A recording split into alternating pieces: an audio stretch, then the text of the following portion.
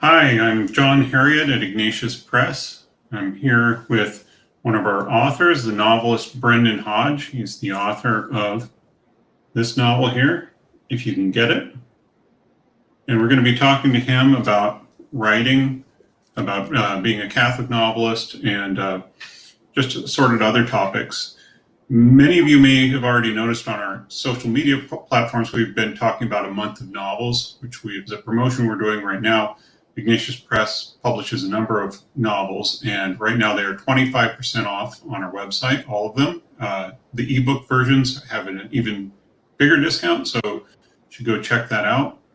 Um, anyway, well, welcome, Brendan. Thank you. It's great to be here. So we're both in Ohio, actually, oddly enough. I ended up moving out here at the beginning of this year. And I thought it was kind of funny because it's a similar trajectory to what happens with the protagonist of If You Can Get It, the young woman who moves from the Bay Area to Illinois, I believe. And she ends up kind of having a radical readjustment of her career, which is something that I think will resonate for most people in the past year. A lot of people have had kind of a real readjustment in the way that they've approached their own jobs and life in general. Anyway, people have any questions for us, they can post them in the comments and stuff. But I'm going to start in just asking some questions of Brendan here. So with this novel, which is kind of your debut, what was the general inspiration behind that? I wanted to write a novel that dealt with the business world in a way that I felt like was more true to life than a lot of the novels that I've read. I've worked in a corporate environment for 20 years, and often you have a sort of business as villain kind of dynamic going on, or else you just have sort of wildly unrealistic, either sort of very New York focused stories or neighborhood cupcake shop kind of stories. And I think that it's an environment in which there's a lot of inherent humor. And so I wanted to write a novel set kind of in the world in which I spend my days. Yeah, so one of the things that I've noticed is you put a lot of your life skills to work in this novel. There's a lot of it involves talking about things like pricing, and I know that's what you do as a job. It's also one of the things when this novel was first submitted to us at Ignatius Press, I had sent it around to other people to read, and Father Fessio, the founder of Ignatius, he at lunch came over to me and he said, this book is really good. I really like the dynamic between the sisters, but the business stuff is really interesting. It was he really glommed onto that, but at the core of it is the relationship between these two sisters, and everybody I've recommended this book to who's read it has really commented on how realistic the dynamic is between them, and I'm wondering if that's drawing also from relationships that you have observed within your own family or other people that you know. Not directly from my family. I'm the oldest of three, and we're all pretty close in age and very different personalities. Certainly, the Jen and Katie in the novel are very different personalities, though not directly mapping to any of my siblings. But the dynamic that I thought would be interesting there is that they're very far apart in age. So Jen is 10 years older than Katie, and one of the things that has struck me, I guess, more broadly in family is the sense in which as you reconnect with people, or just as you grow in parallel to people over time, especially these days where often we have moves across the country and you sort of reconnect after a period, that you have to get to know people repeatedly during the course of your life. And so the dynamic interests me that with two sisters with 10 years apart, they've never actually interacted at all as equals until the point at the beginning of the novel where suddenly they're thrown together again. The younger sister has graduated from college, and she kind of impulsively, after a fight with their parents, moves out to move in with her older sister, who's in her mid-30s. And when you've been siblings and you have, you know, a 13-year-old and a 3-year-old, or an 18-year-old and an 8-year-old, you don't really think of each other as people in a fully rounded sense at all. So these two characters are having to get to know each other for the first time, where they're maybe at different stages in life, but they are both adults, and so they're having to deal with things that they've never dealt with before. Yeah, and it's you know, the other thing that this the book has gotten comparisons to a little bit is the way that Jane Austen draws her sibling characters. So that's a yeah. Some I think it's in the description is that two sisters as different as Eleanor and Marianne of Sense and Sensibility. So yeah, that's an interesting observation, having to get to know people over again, because I'm the second oldest of 8, and I've had multiple siblings come out to crash with me at various points in my life, where, you know, it'll be somebody that I haven't really had a close living with interaction for quite some time, and yeah, you do end up having to kind of relearn who is this person, and how do you talk to them in a way that treats them as a peer and not just as a little kid. So yeah, and I am a big Jane Austen fan, and I think people often think of her novels as being primarily romances, but to me, I think that while there's usually a romantic plot line going on, what's really interesting is that Austen finds a lot of drama in the small interactions within the kind of world she portrayed. I mean, it's a world which deals with inheritance and estates and marriages and dynamics between family. And the way that you make a living and the way that you put together a family is different these days in some, at least sort of surface ways. But I think that the inherent drama that she draws on of just personal dynamics and these kind of very small, very everyday conflicts is I think very universal, and it's I hope one of the things that I touched on well. yeah, I think it works very well. One of the things I do here at Ignatius Press, I do our catalogs, but I also design a lot of our book covers. So this is one of the covers that I actually did do a design for. It was a lot of fun to try to bring out the different personalities of the two characters in the, you know, in the cover, as well as kind of indicate a little bit of what the plot was about, and try to keep with the sort of, I mean, I would say this book has a somewhat breezy tone, even though the plot line is pretty serious. So that's one of the other things I tried to reflect a bit on the cover. But again, for people, if you follow us on social media, we've been talking about having a month of novels, and so all of our novels are 25% off till the end of this month, June, and then there's even steeper discounts on our ebooks. One of the other things I was going to talk about, you write fiction, but you also write nonfiction. And speaking of using your your life skills and things that you've experienced in your own life in this book, you've recently started writing for Pillar Catholic, and you've done some really fascinating analytic sort of breakdowns of different aspects of church finance, and especially during the pandemic. And although I don't want to go off on too much of a tangent about it, I just wanted to ask you, like, briefly, like, what exactly would you, how would you kind of describe these pieces that you've been working on over there? Yeah, so the goal with the Pillar was to try to do some data journalism that was focused on the church. And I think data journalism has been kind of one of the fascinating new kind of subgenres that's cropped up. I mean, 538 is famous for doing it on politics and a bit on culture and so on.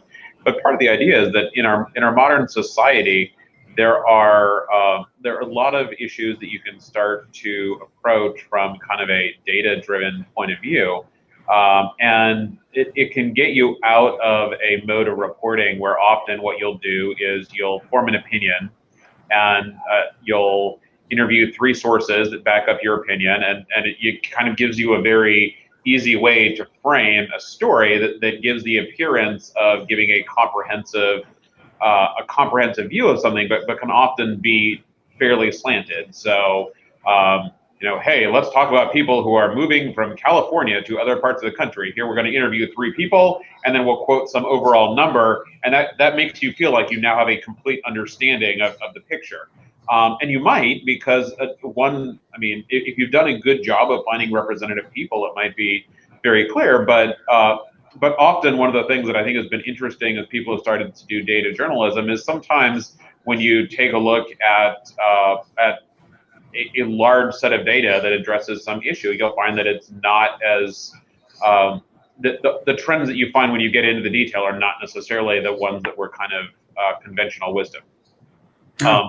So obviously in the church, a lot of things are not addressable through data. I mean, when we talk about faith and morals, those are not sort of ones and zeros.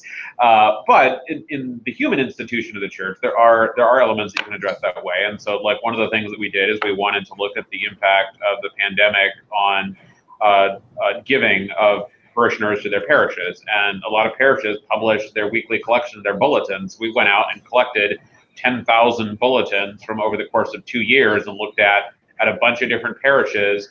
How did their weekly collections change during the pandemic, and what kind of conclusions could we draw from different parts of the country and different sizes and types of parish?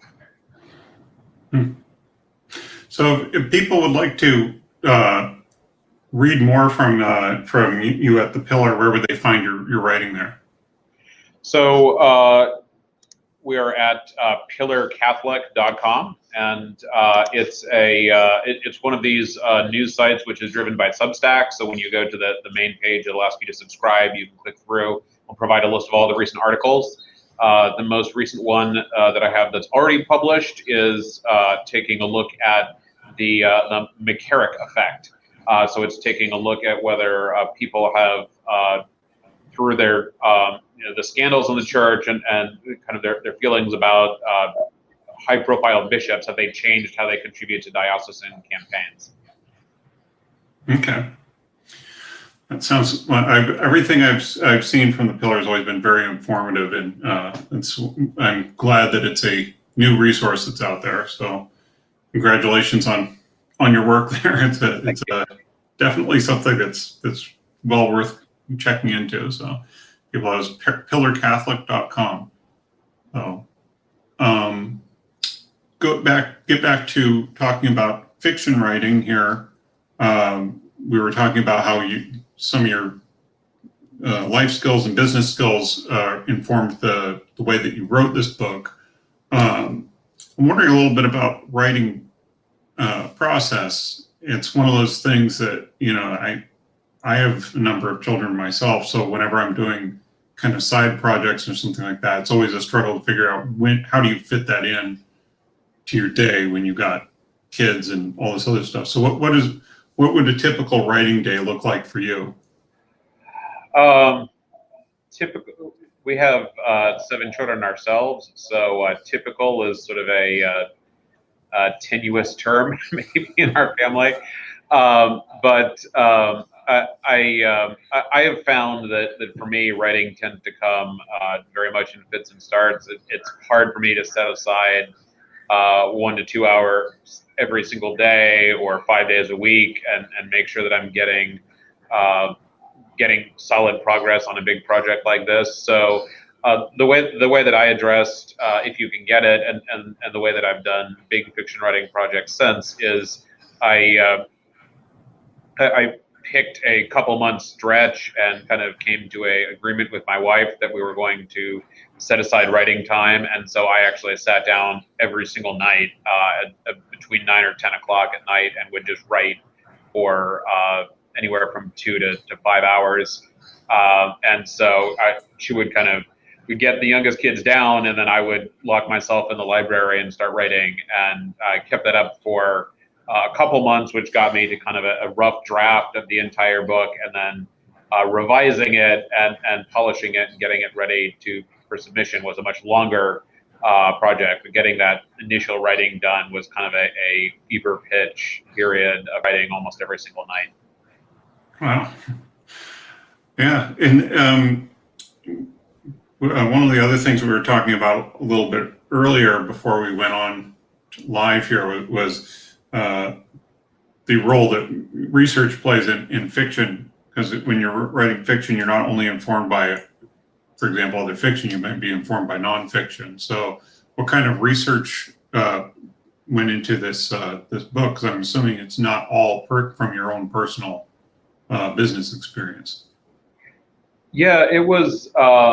It was a bit of a mix in that there were certainly a lot of business episodes that were drawn from personal experience, but although I've worked with a lot of teams that have done product development in manufactured in China and been on sort of the U.S. side of the conference call with the Chinese team day in and day out when we're getting ready for launch, I had not actually gone to China like my main character Jen does for a while, and so I read a number of books about manufacturing in China and being a business traveler in China to try to get the right sort of details to make that work. And then also, I really, to me, no understanding the religious background of your characters is kind of as essential as knowing what sort of job they do or where they live. And so I felt like I needed to understand the religious context of my characters, but I also didn't want to write about characters who were kind of deep in the Catholic Orthodox subculture, if you will, which is a world in which I've spent a lot of my life, but I feel like I guess I often feel like an outsider in sort of in the office and everyday business circles, in that I have sort of this quirky world that I go off and live in with my family and with other Catholic, very active Catholics, and then there is the business world in which people do think about and talk about these kind of issues, but they're not living in this kind of sometimes overheated sort of smaller world of intense Catholicism. And so I wanted to write about characters who dealt with these religious issues and had to think about the place of that in their lives, but who were not part of that subculture. So I even read some kind of sociology stuff on kind of relationships and changing relationship expectations and so on, to help me sort of fill in gaps between sort of how I dealt with people from the outside as an observer in the office and trying to, I guess, root that in sort of you can have your outsider view, but try to test that against some books that did a lot of profiling of maybe a more standard lifestyle. Yeah, I mean that is one of the things that is interesting about this book is it's not about a people who are part of the same Catholic milieu that a lot of our readers may be from. Instead, their parents were kind of cultural Catholics, and the parents have that sort of reversion to being more pious, and the children are just sort of puzzled by it from the siblings in the book, from what I remember of the plot. And but there is the one character in it who is a very serious kind of Catholic who you might encounter in the general, Catholic subculture that you and I are from, who's the character that they meet once they move out to Illinois. Yeah, so and that was honestly a really fun element to write, because as you described, one of the conflicts that I wanted to look at is I've known people who have had a reversion to Catholicism later in life, and it seems like kind of there are tensions that come up at that point, both between people who've been living a more kind of intentionally Catholic lifestyle for a long time, and that versus people who come in later after their childbearing years and so on, and then also within families, as you see.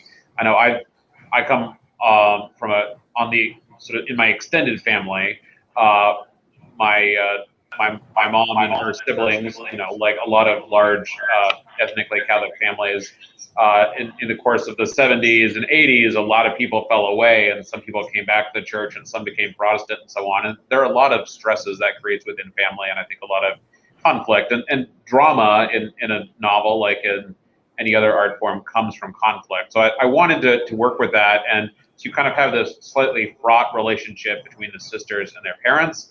and then they at one point go to church with their parents, and pick up a bulletin, and they're looking for a handyman to help out with some work around the house. And they call this guy whose name is advertised in the bulletin, Paul, who's this handyman, and he's a former seminarian who's trying to get sort of a organic farm off the ground and is doing handyman work.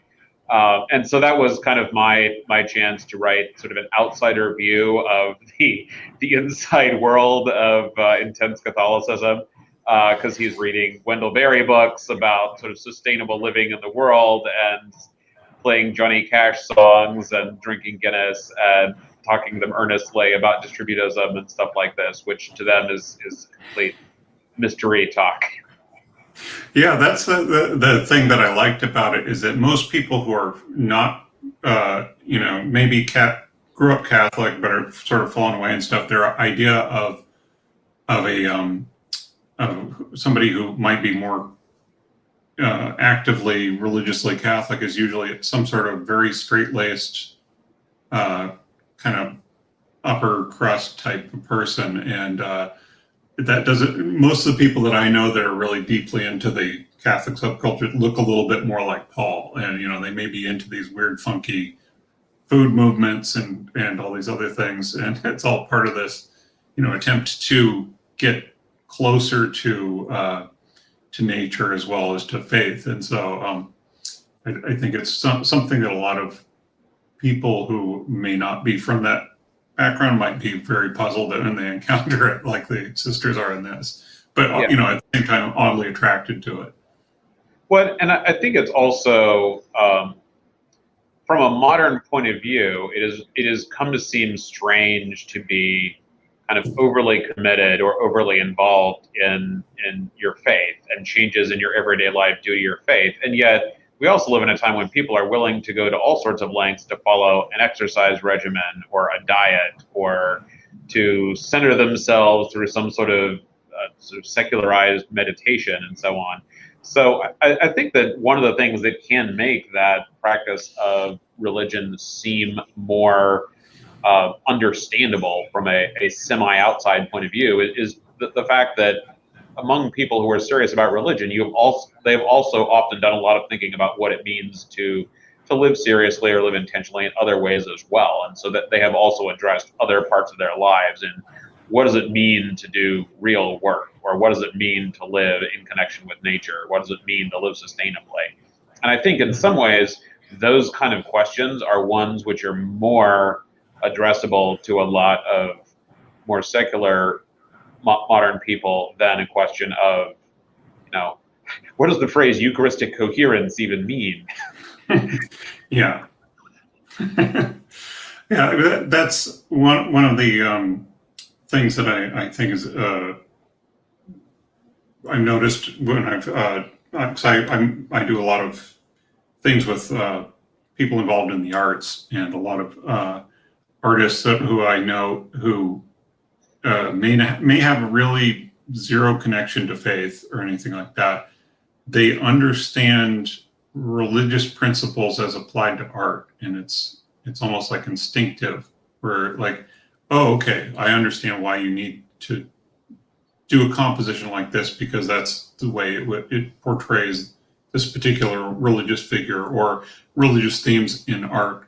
So it's an interesting thing where I've talked to people where they just think I'm bonkers for being religious, but then they'll look at a painting of the Madonna and Child and be like, oh yeah, that makes sense why you would do it like that. It's sort of like they can understand it in one context, and the other it flies over the head. But yeah. So again, if people, to remind them, we were talking about If You Can Get It. It's a novel by Brendan Hodge. All of our novels till the end of the month right now are on sale for 25% off. And our ebooks, we've got an even steeper discount here. So we're almost to the end of our half hour here. And I wanted to ask you a final question, which is, I'm not going to ask what you're working on or any of that sort of stuff, but I know that you can find you're writing other places online. We already talked about the Pillar, but where can we find your personal writing online? So my wife and I also have a blog that we've been keeping going for, gosh, 16 years now. Sort of strange to say. And that is at Darwin Catholic. That is darwincatholic.blogspot.com. The name sprang from back when I very first started writing it in 2005. I was interested in kind of the question of demographics, and I mean, we're in a world where even when you're married, having children has become optional through artificial contraception, and so many people talk about how they don't want to have children, or people shouldn't have too many children, and then you have other, these huge religious families in some cases, so I was interested in kind of this intersection of religion and demographics, and honestly, I named the blog that. I maybe wrote about that for, was some of what I covered for 6 months or a year, and then we just moved on to writing about whatever interested us. So you get sort of a strange combination of religious topics and history and literature and politics, kind of whatever comes up. Yeah, so I've always, I've followed it since before I knew you personally. So it was, for the last, at least decade, I've read your blog on and off, and you and Kat are always been very interesting writers to read. So yeah, that's I would say people, if you haven't checked out the blog, you should definitely go give it a visit.